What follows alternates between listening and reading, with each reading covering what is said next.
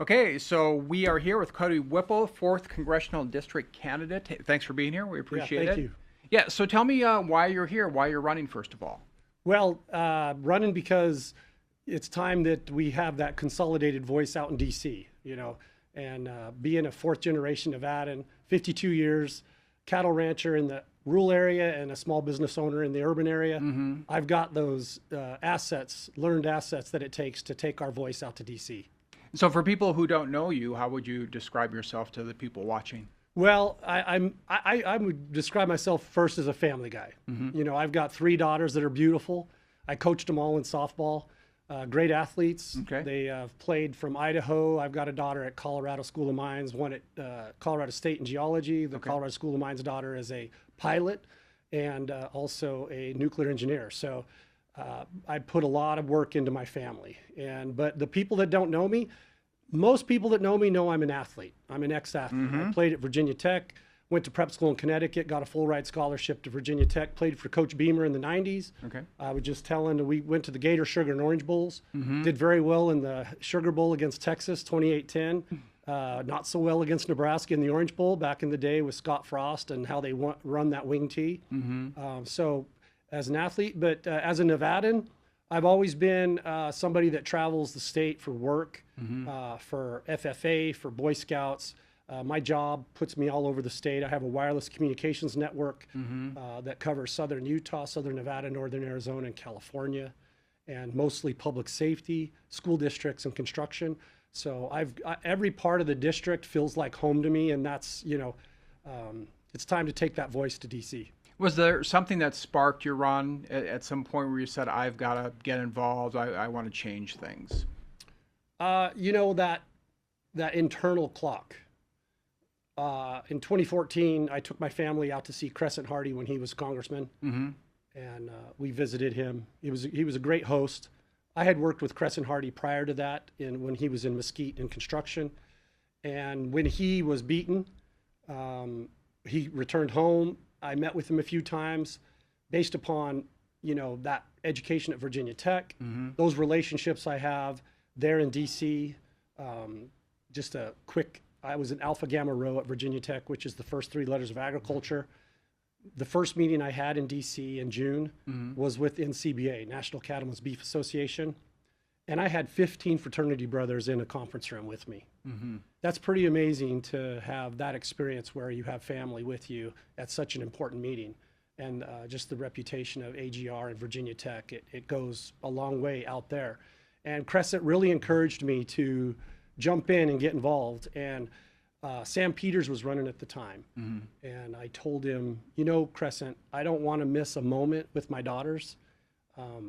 It's, that sports heritage is big in my family. Can't wait to have grandsons and teach them how to play quarterback. I had daughters, so we played softball.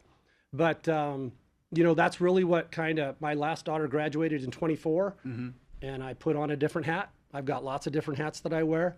Today it's the cowboy hat, and I got into I got into running for Congressional District 4.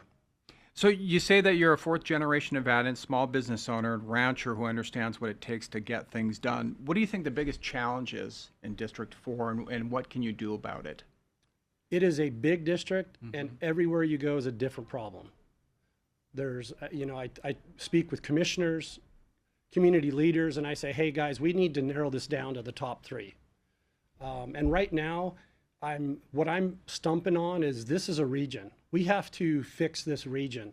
Las Vegas Valley has provided so much for the state of Nevada, but now over the next 50 years, the region needs to have the same growth and the same potential.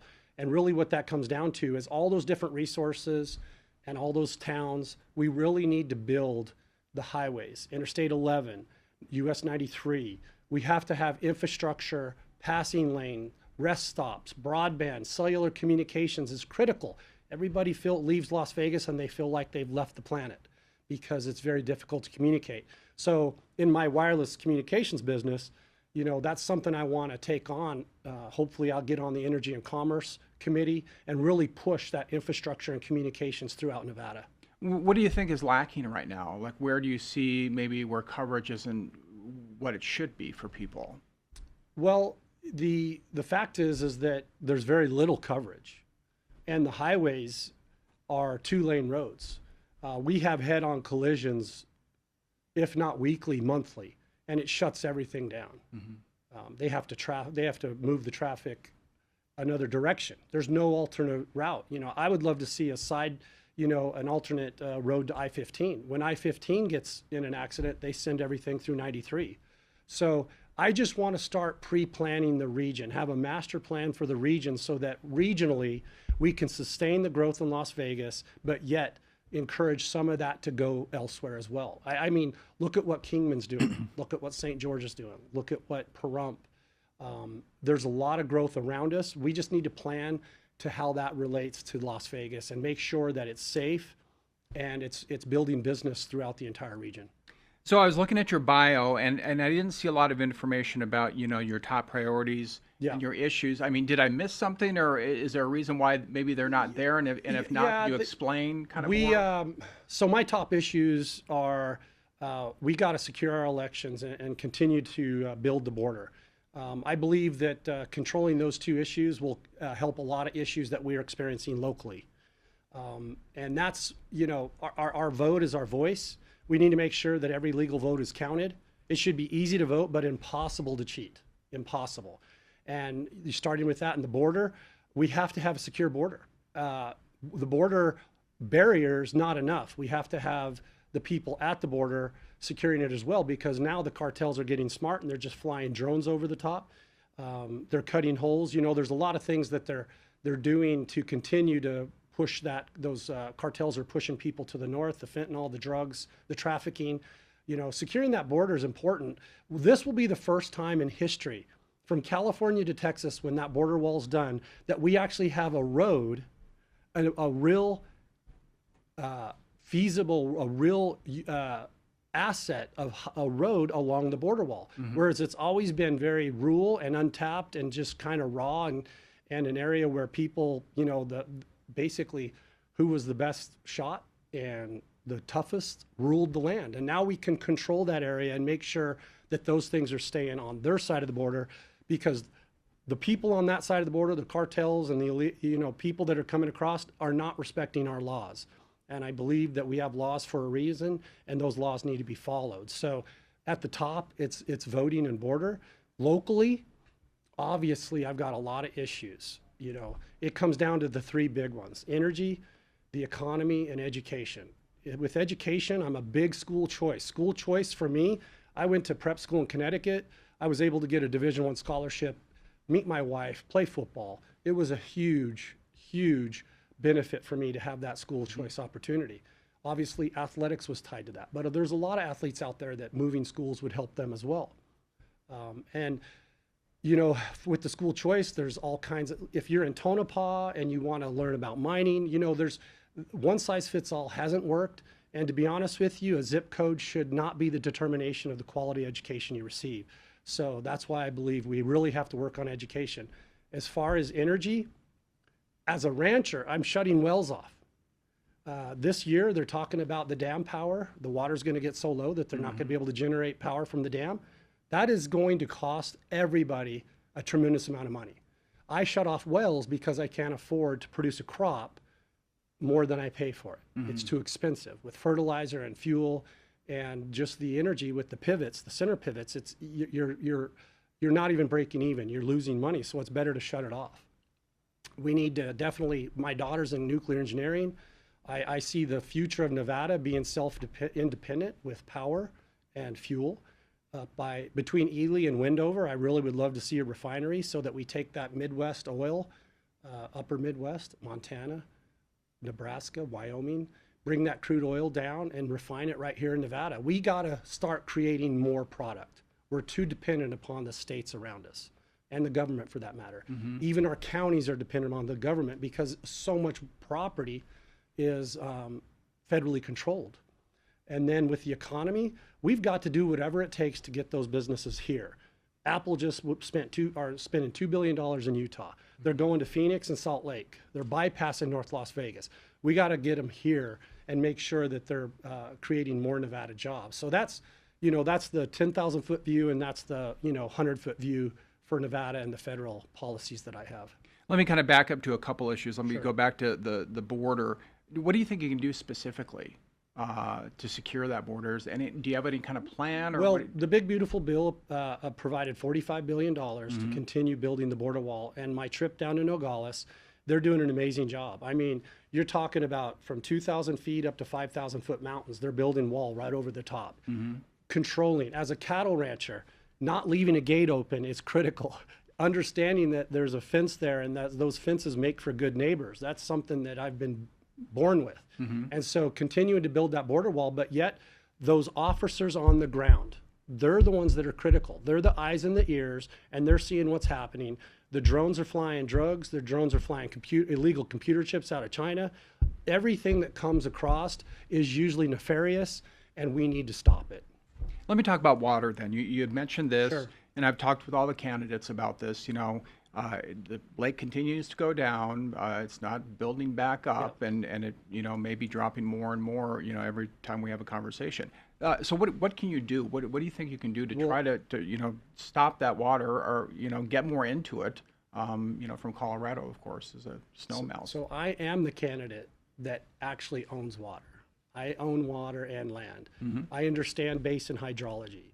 And the fact that we don't have a water network throughout Southern Nevada right now, I believe Southern Nevada Water has missed their opportunity. I believe these federal elected officials, Hortsford, Susie Lee, and our senators have missed the chance. We are in an emergency.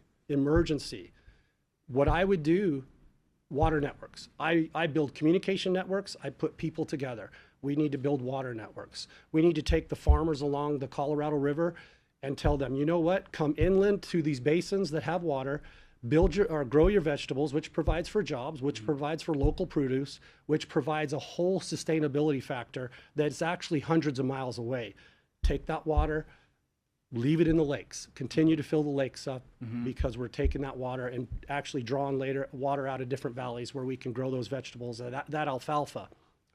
Just go buy the alfalfa from the Mojave tribe at this point and leave the water in the lake.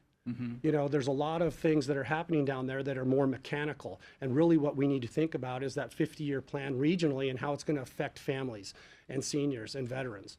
And so that's where I'm coming from. And I have a plan. I've got ideas because I've lived it. I've made those changes at my cattle ranch. Anytime you start making something, it's going to be a lot less than actually purchasing it. And that was one of the biggest things back in the early 2000s that my family did. We started producing all of our feed instead of buying it. And within a year, we were operating in the black. And so, I believe Nevada needs to be run as a business. If it doesn't make sense, don't do it. We need to start putting good common sense practices into place. And it starts with water and it's the people that understand where the water is at and where it comes from. And then pray. We need snowpack in Colorado, Utah, Arizona. The Indians did it. They had their dances. And there's a lot to be said about praying for a lot of moisture. Farmers have been doing it forever. And so, I think there's practical and then there's the emotional side of that. So we've heard from other candidates, I think one in general talked about a pipeline, water pipeline from other states where their water is plentiful and it rains and floods. What do you think about a pipeline? Is it doable or no? No. There's two things that can happen. A pipeline from the Mississippi, that's not the Missouri, the Mississippi, that's very difficult. But what can happen is you can do desalinization out of California and also out of Wyoming. You could make some arrangements with Wyoming and have them put more water into the Colorado River. They have lakes up there that actually tie into northern Colorado. So there are some discussions to be had about where to get that water, continue filling up these lakes. And you know what? Stop letting the water go. I mean, if it goes below a certain level, we just stop letting it go. And that water is our lifeblood until we create these water networks. Yeah, there's so much talk about it. I mean, that's such a big issue. Yeah. So if you made it past the primary and won later, what was the first thing you would do with water, like in the first 30 to 90 days? So we're going to have to get everybody to agree upon certain things. And that's the one thing that I did during the National Finals Rodeo. I met with the congressmen from Idaho and Colorado and Utah and Arizona, Chairman Smith was there out of Missouri. And so it's relationships and getting people to understand the critical nature and the emergency that's happening, and that it really does present a problem for Southern Nevada, which is a great sports town. Everybody comes here. We need to make sure that we get a plan moving forward. I'd like to look at taking some of the agriculture off of the river and moving it into valleys in Arizona, Utah, Nevada immediately, right? Put it under pivot, put it under drip line, grow that produce locally, which provides for jobs and local produce, which I think is a great thing instead of it shipping, and so that is, I think, something that can be done. That conversation could be done very quickly and see what direction we could take. And I hear from a lot of people complain about building. We got to stop building. We're using too much water. How do you feel about that? Is that true, or what do you think? Again, we have to have a regional master plan. We had a potential for a town called Coyote Springs. They built the golf course. They killed the opportunity to build a town there and put 20, 30,000 homes there. We need to make sure that, I think Clark County commissioners have become very, they want to control everything. They want to own everything. Instead of building north where all the Nevada resources are, they want to go south towards California and Prim. That doesn't make sense to me. Why would they want to go that way? I'll tell you why. They want the houses in Clark County. They don't want to lose the tax base to other areas, but they're going to have to get over that because it's those resources in those other areas that are going to sustain Las Vegas. I want to ask about inflation and increased costs of pretty much everything. So somebody I know, single mom, doesn't have the money for a big down payment for a house. It feels like she's getting shut out at people coming in and just throwing down cash for homes, and interest rates just it's too high, and so she's going to rent for a while. For someone in that position, what could you do to maybe help them purchase a home? Well, as a mother, and I had a single mom, I feel for her. Not to mention the extra $100 of fuel every week that it's taken their kids to go to practice and to school.